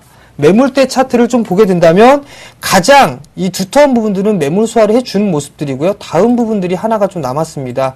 일단 이 자리대에서 어느 정도 매물 소화를 현재 진행을 하고 있다라고 좀 보셔도 좋을 것 같습니다. 만약에 여기를 넘어가는 흐름들이 전개가 된다면 눈에 보시는 바와 같이 2만 원대까지는 금방 올라갈 것이다 라고 좀 생각을 하셔도 좋을 것 같습니다. 우선 가격적인 전략은 좀 단기적으로 말씀을 좀 드리도록 하겠습니다. 일단 오늘 종가가 15,350원에 종가가 형성이 됐는데요. 네. 매수 포인트는 21선 부근대가 있는 15,000원 정도를 좀 제시를 해드리도록 하겠고요. 눌림 매수를 잡군요. 예. 일단 목표가는 조금 더 상승한 전고점을 좀 넘어서는 16,500원을 1차적으로 좀 제시를 해드리도록 하겠고요. 손절가는 14,300원이 이탈되는 흐름들이 전개가 된다면 손절로 대응을 하도록 하겠고요. 비중은 30%를 편입하도록 하겠습니다. 그래요. 정재훈 멘토의 코오롱 머티리얼. 코오롱 그룹 자체가 이제 듀폰하고의 문제가 좀 됐었던 부분이 있었죠. 네. 그러고 나서 좀 안정화되면서 우상향 쪽으로 계속 올라오는 모습인 것 같습니다. 네. 그래요. 정재원 멘토의 내일장 승천주 가격대 다시 한번 혜선 씨가 정리해 주시죠. 네, 여러분들 화면에 집중해 주세요. 네, 나무누 멘토의 내일장 승천주는요, 저희 다음 주를 기대해 보도록 하겠고요. 오늘 정재훈 멘토는 코오롱 머티리얼 들고 오셨습니다. 매수가는요, 15,000원 제시해 주셨고요. 목표가는 16,500원에 손절가 14,300원, 그리고 비중은 30%입니다.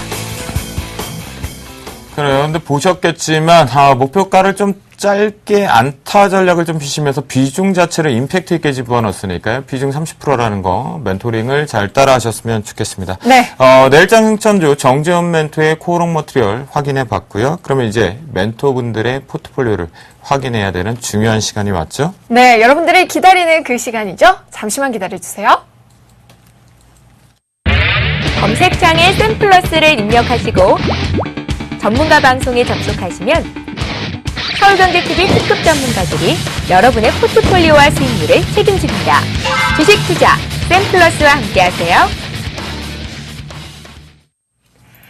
네, 여러분들께 운영 원칙부터 먼저 말씀드리고요. 저희 본격적으로 포트폴리오 점검해보겠습니다. 화면부터 보시죠.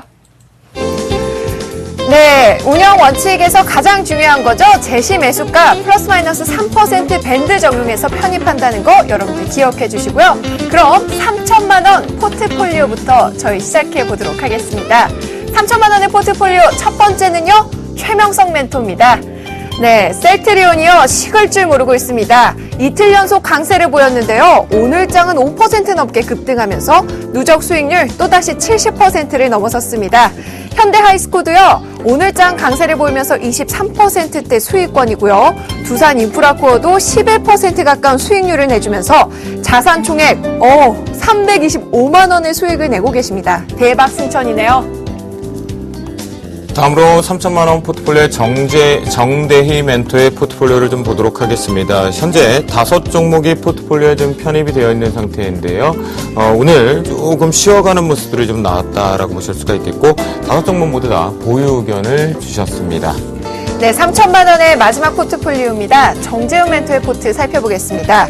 정재훈 멘토는요, 보유하고 있는 모든 종목을 포트에서 제외시킨다고 하셨는데요. 탑금속과 휴비스 두 종목은요, 수익 실현하신다는 의견 주셨고요. 삼천당 제약은 탄력 둔화로 매도 의견 주셨습니다. 내일장 첫 번째로 새롭게 포트에 편입되는 종목이죠. 코오롱 머티리얼입니다. 오늘장 3% 강세를 보였는데요. 매수가 15,000원 제시해 주셨습니다. 목표가 16,500원에 손절가는 14,300원, 그리고 비중은 30%입니다. 네, 정재훈 멘토가 포트폴리오를 완벽하게 바꾸는군요. 5천만 원 포트폴리오를 지금부터 점검해 보도록 하겠습니다. 첫 번째 주자 누굴까요? 네, 양순모 멘토의 포트폴리오입니다. 현재 오늘 세중 같은 경우에 3D 테마 자체가 좀 다시 한번 3D 프린팅 쪽으로 붙었었는데요. 아쉽게도 막판 부근에서 음봉 쪽으로 좀 전환됐다는 게 좀 아쉬움이 있지만, 세중과 PNT, 한솔 테크닉스 세 종목이 포트에 들어와 있는 상태에서 모두 다 보유 의견을 주셨습니다. 네, 이어서 나무누 멘토의 포트 살펴보도록 하겠습니다. 네 종목 가운데요, LG전자와 LGU 플러스 오늘장 소폭 상승세 보였는데요. LG전자 현재 누적 수익률이 3.18% 차곡차곡 쌓아가고 있네요. 다음은 김영금 멘토의 포트폴리오를 보시겠습니다. 현재 4종목이 포트에 지금 들어와 있는 부분인데요. 금일장 전자결제 부분에 대해서 테마가 강한 시세가 나오면서요. KG이니시스가 13.41% 강한 상승세로 지금 플러스권에 들어와 있겠고요. 오늘장 삼성테크인이 편입가 67,750원에 포트에 새롭게 들어왔고, 오늘장 소폭이지만 하락 마감했습니다. 네, 주식 승천에 새롭게 합류하신 이상로 멘토의 포트폴리오도 점검해봐야겠죠. 현재 플렉스컴 들고 계신데요. 오늘장 플렉스컴이 3% 강세 보이면서 새롭게 다시 시작합니다. 내일장 상승 기대해볼게요. 지금부터는 1억 원 포트폴리오를 확인해보는 시간을 갖겠습니다. 첫 번째 주자, 네, 신차원 멘토의 포트폴리오입니다. 단무지 정신으로 야무지게 좀 들어가 있죠. 두 종목, SK하이닉스와 삼성전자. 삼성전자 비중이 무려 70%입니다. 현재 두 종목 모두 다 보유 의견을 주셨고요. 포트 꾸준하게 유지해 가겠다는 의견 주셨습니다. 네, 이어서 김도영 멘토의 포트 살펴보도록 하겠습니다.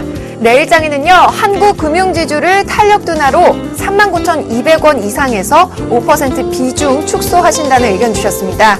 동양 ENP는요, 오늘 보합권에서 장 마쳤는데요. 누적 수익률 현재 3.23%고요. 내일장에는 신규 종목으로 2종목 편입 시도하십니다. 삼성 정밀화학 첫 번째로 들고 오셨는데요. 매수가 48,500원 제시해 주셨고요. 목표가가 55,000원, 그리고 손절가가 45,700원에 비중 10% 제시해 주셨고요.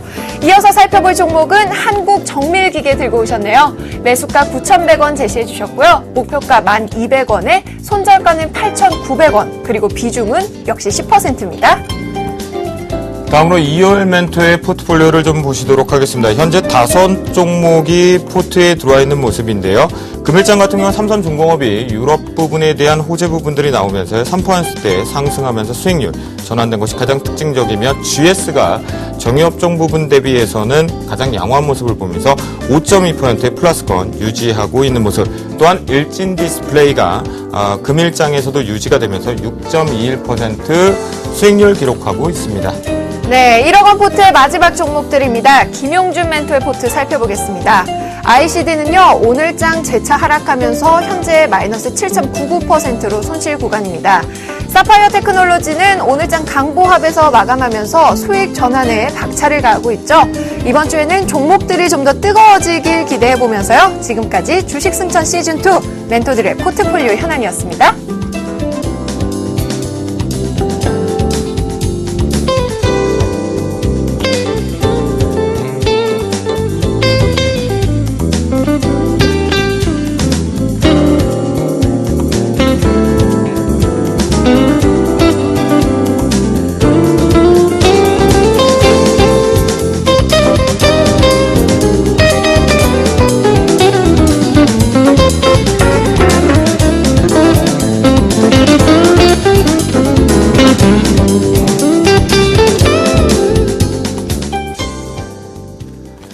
네, 멘토분들의 포트폴리오 화면을 통해서 네. 여러분들과 함께 점검해보는 시간이었습니다. 거의 대부분의 종목군들이 일부가 이제 포트에서 제외되는 모습이었지만 거의 네. 보유 의견을 주셨다라는 거, 그리고 신규 편입된 종목군들도 있다라는 거 확인해볼 수가 있겠습니다. 네, 그럼 오늘 출연하신 멘토분들의 포트폴리오도 점검해봐야겠는데요. 먼저 정재훈 멘토의 포트부터 점검해보도록 할게요. 새롭게 모든 포트를 재구성하신다고요? 네, 네. 포트를 좀 재구성하려고 하고 있습니다. 네. 우선적으로 뭐 한 종목 짧게 말씀을 좀 드리면은요. 탁 분석 같은 경우 좀 너무 좀 고가에 좀 편입이 됐다라고 좀 보셔야 될 것 같습니다. 그래서 좀 눌림목에서 재매수 포인트를 좀 잡기 위해서 일단 매도 포인트를 좀 잡았다라고 좀 말씀을 좀 드리고 싶고요. 그 다음 종목을 보시게 되면 슈비스라는 기업이 있습니다. 좀 슈비스도 좀 보시게 된다면 어느 정도 바닥을 좀 다지고 있는 그런 모습들이 좀 나타나고 있는데요. 매물 소화가 좀 당분간 좀 이루어질 것이다라고 좀 예상을 하고 있습니다. 그 부분들 때문에 마찬가지로 어느 정도는 좀 포트를 좀 정리하겠다라고 좀 말씀을 좀 드리도록 하겠고요. 네. 마지막으로 3천당 제약이 좀 있는데요. 금일 좀 기분 나쁘게 4% 정도 밀려 내려오는 모습들이 좀 나타났습니다. 일단 21선을 좀 이탈해주고 있는 그런 모습들이 좀 전개가 되고 있고요.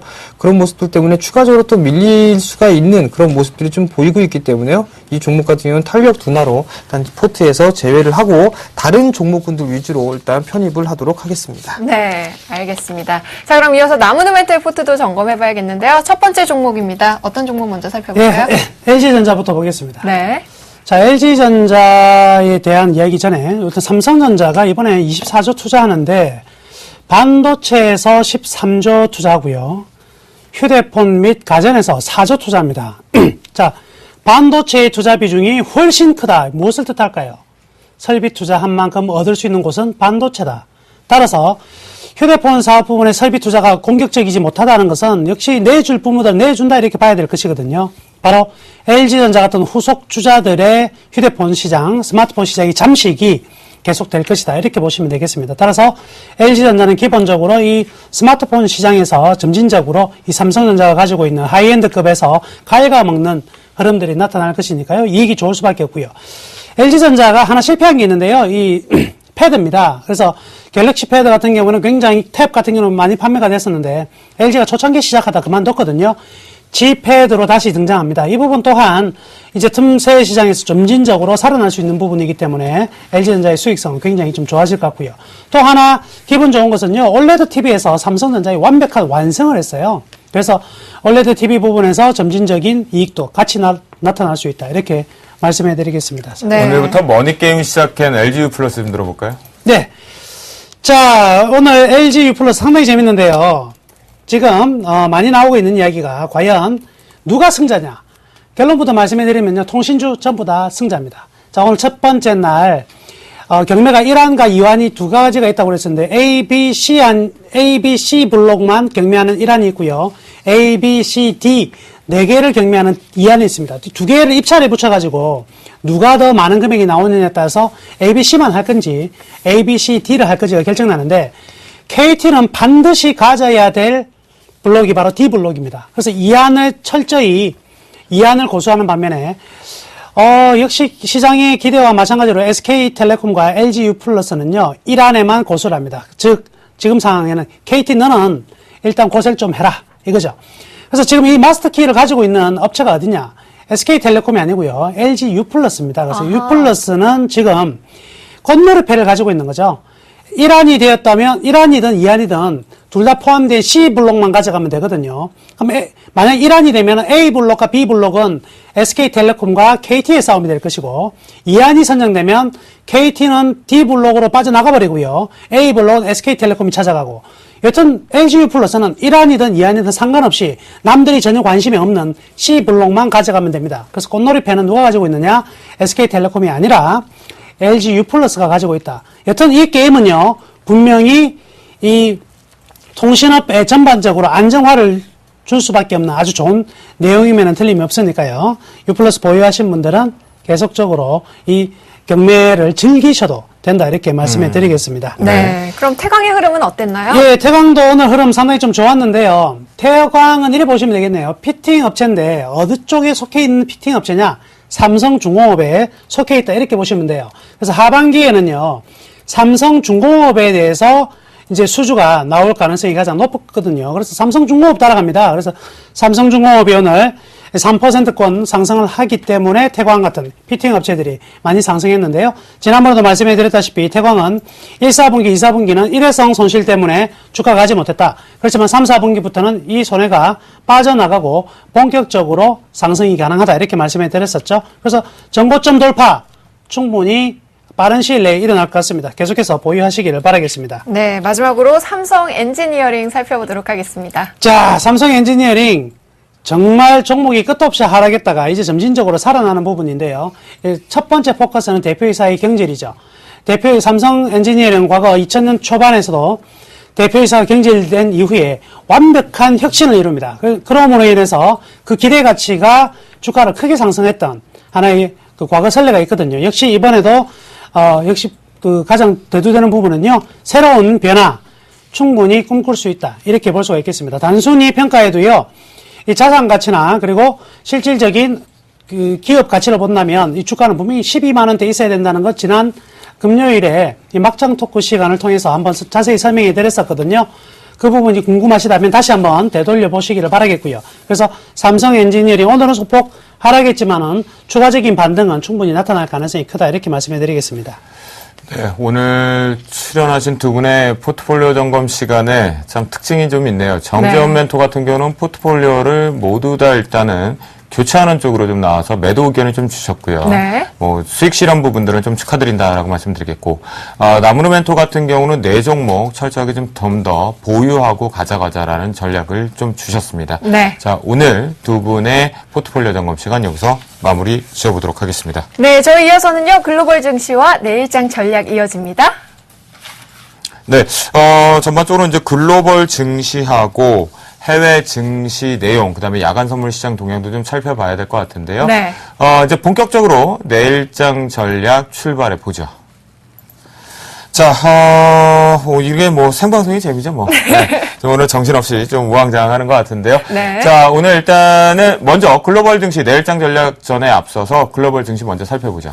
네, 오늘은요, 신한금융투자 글로벌 사업부의 육창민 연구원 연결되어 있습니다. 안녕하세요. 안녕하세요. 네, 현재 뉴욕 증시의 흐름 좀 살펴주시죠. 예.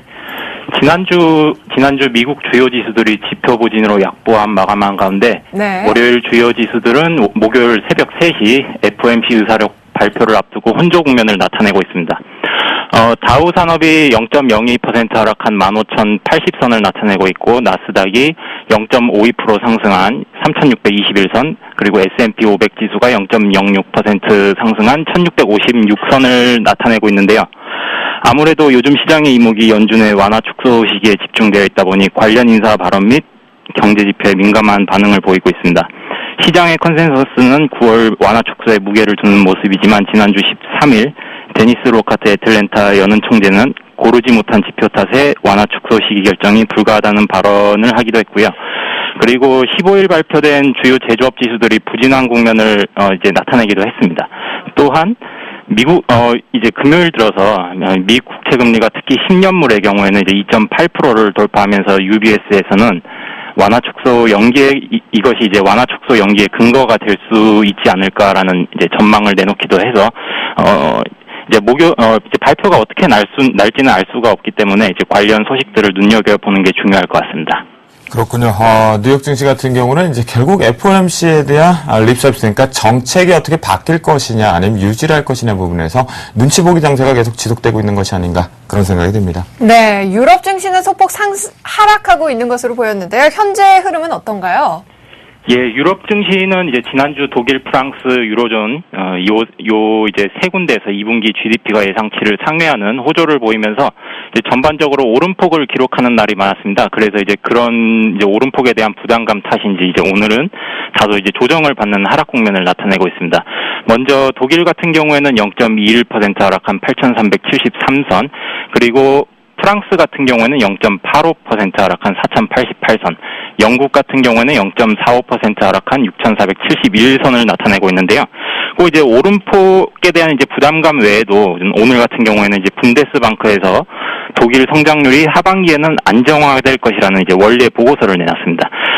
요 말인즉슨 2분기 추격 효과가 나타난 뒤로 하반기 독일의 경제 성장은 정상적이고 꾸준한 페이스로 복귀할 가능성이 크다. 즉 좀 약간 성장세가 좀 덜 가팔라지지 않겠느냐 요런 얘기를 했고요. 또 이제 분데스방크에서 기준금리를 상당 기간 낮게 유지한다는 방침을 밝힌 유럽 중앙은행의 선제 안내에 대해서 독일과 유로존의 성장에 도움을 줄 것이라면서도 무조건적인 약속은 아니다라고 이제 단서를 달았습니다. 이제 요런 이제 요런 이제 소식에 의해서도 좀 다소 지수에 이제 하락 압력을 주지 않나 뭐 그런 이제 생각이 들고 있고요.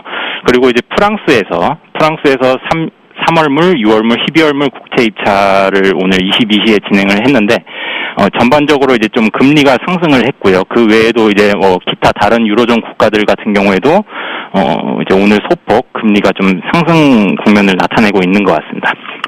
네, 그렇군요.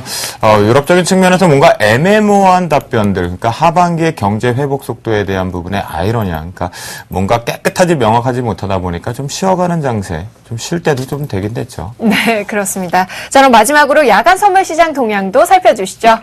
네, 아무래도 이제 국내 지수 선물 같은 경우에는 해외 증시를 이게 많이 따라가고 또 이제 눈치를 보는 측면이 많다 보니까 이제 주간장 같은 경우에는 뭐 좀 밑으로 약간 빠지다가 회복하면서 마감을 했다면 야간장 같은 경우에는 이게 커다란 이런 움직임을 나타내지 않는 그런 눈치 보는 장세를 연출하고 있습니다. 이제 개인 같은 경우에는 158억 순매도고요. 그리고 외국인은 107억 순매수, 그리고 기관은 이제 51억 순매수 정도 수준의 이제 거래를 나타내고 있습니다. 네, 주간 시장도 상당히 지루했었던 것 같은데 야간 네. 시장 자체의 수급들도 상당히 쉬어가는 템포들이 계속 지속되고 있는 것 같습니다. 네, 그렇습니다. 네, 지금까지 신한금융투자 글로벌사업부의 유창민 연구원이었습니다. 오늘 말씀 감사합니다. 감사합니다. 네. 네, 글로벌 증시까지 정신없이 좀 살펴봤으니까요. 네. 이제 내일장 전망과 전략을 세워봐야겠습니다. 네, 그럴까요? 그 전에 앞서서 내일 그리고 또 이번 주 중에서 우리가 특징적으로 좀 봐야 돼. 이렇게 해서 FOMC 얘기가 좀 나오는 것 같거든요. 네. 그 부분을 봤을 때 우리가 어떤 내용들의 일정들이 중요한지 어떤 이슈인지 한번 보겠습니다. 이번 주 보니까요. 네. 전반적으로 이제 내일 같은 경우는 중요한 부분은 없어요. 사실 오늘 같은 경우는 우리의 지정학적 리스크 부분에 대해서 다시 한번 을지훈련 부분에 대한 북한발 도발 리스크 부분을 우려하고는 있지만 네. 아직까지 좀 조용한 모습들이 좀 포착이 되고 있겠고요. 수요일 날 같은 경우엔 7월달 미국에서 기존 주택 매매 건수가 좀 나오죠. 아무래도 이제 경제 지표가 우호적으로 나오느냐 안 나오는 부분이 FOMC 부분에 대해서 눈치를 볼 것 같겠고요. 네. 자, 목요일 날 가장 중요할 것 같습니다. 말도 많고 탈도 많은 이제 뚜껑 열려야겠죠. 불확실성 해소가 외국인들을 제일 좋아하는데요. FOMC 의사록이 이제 발표가 된다라는 점. 그리고 네. 미국에서 HSBC PMI 제조업 지수가 같이 나오기 때문에 이 부분 좀 중요하겠다라고 보시면 좋을 것 같겠고. 네. 금요일 날은 그렇게 딱히 중요한 것은 지표가 없는 것 같습니다. 네, 그렇습니다. 자, 그럼 내일장 전망을 저희 멘토들과 자세히 이야기 나눠볼 텐데요. 나무는 멘토. 네. 내일장 전망, 뭐 특별한 전략이 필요할까요? 예, 우선 아까도 말씀해 드렸다시피 코스피보다는 코스닥이 좀 더 강세를 좀 보일 가능성이 많다. 종목 장세가 좀 더 펼쳐질 것이다. 이렇게 보고요. 지금 그림에서 보시다시피 코스피는요, 1920포인트, 제가 색칠해 놓은 부분이죠. 1920포인트 근방에서 움직일 것 같습니다. 역시 지수가 박스권이라면 업종별 순환매가 다시 돌 것이고요. 오늘이 조선이었다면 내일은 또 어느 것이 돌지 굉장히 궁금한 상황입니다. 한쪽에서 항상 이제 풍선효과가 나타나고 있는 부분입니다. 그렇지만 지금 시장은요, 단기적으로 분명히 상승이 좀 컸던 종목들은 이익 실현해서 짧게 끊어주는 게 좋을 것 같은데요. 끝으로 이 말씀 하나 드릴게요. 골프를 예를 들어서요, 드라이버를 가지고 100m를 칠 수가 없습니다. 마찬가지로 퍼터를 가지고도 100m를 칠 수가 없습니다. 자, 채는 각각의 거리에 맞는 채를 가지고 쳐야 되거든요. 종목 마찬가지입니다. 내가 장기적으로 들고 갈 것인지 아니면 단기적으로 대응할 것인지 거기에 맞는 채를 가지고 가야 됩니다. 종목도 마찬가지입니다. 무조건적으로 단기적으로 대응해야 될 종목을 장기적으로 가져가서는 안 될 것이고요. 장기적으로 대응할 종목을 단기적으로 가져갈 필요는 분명히 없는 장이다. 기존은 계속 가져가셔도 되니까요. 특히 내일장 모르겠다. 궁금하시면은요, 내일 무료 방송 있습니다. 방으로 들어오세요. 제가 내일 장중에 여러분과 함께 이 시장의 어떤 흐름을 체크해 드리도록 하겠습니다. 그래요. 나무는 멘토가 내일 답답하면 장중 공개 방송 진행한다고 하니까 네. 여러분들 같이 샘플러스를 통해서 같이 점검해 보시면 좋을 것 같겠고요. 그럼 나무는 멘토 내일장 같은 경우는 대형주 쪽에 집중해 볼까요? 중소형주 집중해 볼까요? 대형주는 내일 하루 단기적으로 이익 내기는 쉽지는 않을 것 같습니다. 네, 중소형주 쪽이 좀 빠른 종목들이 많이 나올 거예요. 네. 그렇군요. 혹시 업종 중에 집중해 보고 있는 거 있으면 하나 정도만 오픈해 주세요. 저는 이제 지금 통신이 가장 이슈가 되고 있는 부분이라서 통신업종 중심으로 제일 먼저 토픽을 꼽겠습니다. 그래요. 나무는 멘토 같은 경우는 통신업종에 집중을 하자. 그리고 내일 같은 경우는 대형주 쪽에서 단기 트레이딩 자체는 좀 쉽지 않을 장세. 중소형주가 좀 유리해 보인다라는 얘기를 주셨고요. 네. 정재현 멘토 내일장 이것 꼭 체크해 보고 이런 매매 관점으로 살펴보자. 네, 일단 뭐 외국인 수급은 필히 좀 확인을 해야 된다라고 좀 말씀드리고 싶고요. 내일 볼 섹터는 IT하고 자동차만 보시면 좋을 것 같습니다. IT 자동차요? 부품 섹터 쪽을 좀 보시는 게 좋을 것 같고요. 일단 지난주에도 뭐 조선 섹터 순환매 나올 거니까 일단 관심 있게 좀 보라고 했는데 순환매가 나왔습니다.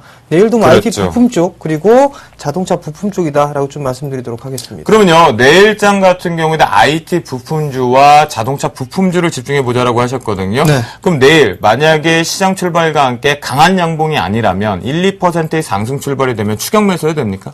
일단 추격 매수보다는 시초가부터 차라리 분할 매수 포인트를 잡는 게 좋겠다라고 좀 말씀드리고 싶어요. 일단 단기 이동평균선에 붙여서 매수하는 전략이 좀 유리하다라고 좀 말씀드리도록 하겠습니다.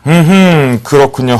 정재원 멘토 같은 경우에는 지난주에도 얘기를 해줬죠. 네. 중공업 섹터가 순환매가 나올 것이다라는 부분에 전략이 정확히 맞았던 것처럼 내일 같은 경우에는 IT 부품주와 자동차 부품주 집중해서 보자라는 얘기를 좀 주셨습니다. 네. 그래요.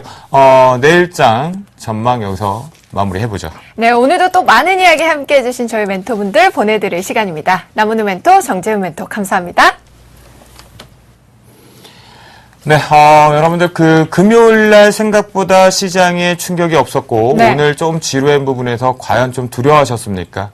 주식 승천과 함께 여러분들께서 정재훈 멘토와 그리고 나무는 멘토와 함께 어떤 전략을 잘 세우셨는지 궁금합니다. 내일 잘 대응해 주시면 좋을 것 같겠고요. 저희가 준비한 시간은 여기까지 있습니다. 네, 여러분 저희는 내일 10시에 다시 찾아뵙겠습니다. 즐거운 밤 보내시기 바랍니다. 감사합니다.